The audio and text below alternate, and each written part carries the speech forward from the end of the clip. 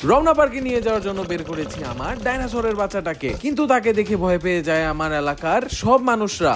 আমেরিকার Jurassic lab থেকে ডাইনোসরের ডিম আনার পর বাংলাদেশে প্রথমবারের মতো ফুটে বের হয় আমার ডাইনোসরের বাচ্চা। বেশ আদর যত্ন এবং খাসির মাংস খাওয়ায় বড় করে তুলি আমি তাকে। বড় হতে দেখে আমার অনেক ইচ্ছা হতো এই ডাইনোসরের বাচ্চাকে নিয়ে যেয়ে ঘোরার, যেমন এলাকার রাস্তায় অথবা কোনো পার্ক, যেমনটা রমনা পার্কে। বাংলাদেশের এই আবহাওয়ায় ভালোই গ্রোথ নিচ্ছে আমার ডাইনোসরের বাচ্চাটা। প্রথম যখন ডাইনোসরের ডিম দেশে আসে, কিভাবে যেন জেনে যায় আমার এলাকার সব মানুষরা। তাদের সামলানোর জন্য আমি তাদের ডিম দেখাই, বলি ফুটার আগ পর্যন্ত যাতে কেউ এসে প্রসেসটাকে ডিস্টার্ব না করে। এখন তো ডাইনো বাচ্চা ভালোই বড় হয়ে গেছে, তাই আমি ভেবেছি ডাইনোকে ভালোভাবে গোসল করায় এলাকা দিয়ে হাঁটায় নিয়ে বের হব এবং নিয়ে যাব তাকে রমনা পার্কে, যাতে একটু নেচারও ঘুরতে পারে এবং এলাকার মানুষরাও দেখতে পারে। তবে ডাইনোকে নিচে নিয়ে নামার পরই শুরু হয় তোলপাড় আমার বাড়ির সামনে। প্রথমে সবাইকে দেখে লাগছিল ওরা খুব এক্সাইটেড, কিন্তু বাড়ি থেকে বের করার পরই পুরাই অন্য কাহিনী। ডাইনোকে দেখে ছুটাছুটি শুরু করে দেয় সবাই, চিল্লাচিল্লি এবং আতঙ্কর মহল সৃষ্টি হয়ে যায় ওইখানে। যাতে